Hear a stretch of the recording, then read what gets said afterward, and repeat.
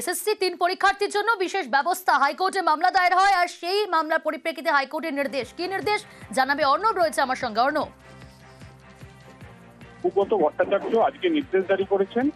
আজ শুক্রবার, সামনে রবিবার 14ই সেপ্টেম্বর এসএসসির একাদশ দ্বাদশ শ্রেণীর সহশিক্ষক বা শিক্ষিকা পদে নিয়োগের পরীক্ষা সুপ্রিম কোর্টের নির্দেশ মেনে, এবং সেই পরীক্ষার বিষয়, সাবজেক্ট কোন বিষয়ে পরীক্ষা দেবে সেই নিয়ে কিছু ভুল ভ্রান্তি হয় ফর্ম ফিল আপে। যেমন পরীক্ষা দেবেন কিন্তু পরীক্ষার্থী লিখে যা নোট করছেন সেখানে তার অ্যাডমিট কার্ড দিচ্ছে সাইকোলজি। এইরকম বেশ কিছু ভুলের কারণে 3 জন পরীক্ষার্থীর জন্য, যেহেতু একেবারে শেষ মুহূর্তে এই মুহূর্তে অ্যাডমিট কার্ড সংশোধন করে সমস্ত পরীক্ষা কেন্দ্রে ইতিমধ্যে প্রশ্নপত্র পৌঁছে গিয়েছে, এমনটাই এসএসসি জানিয়েছে।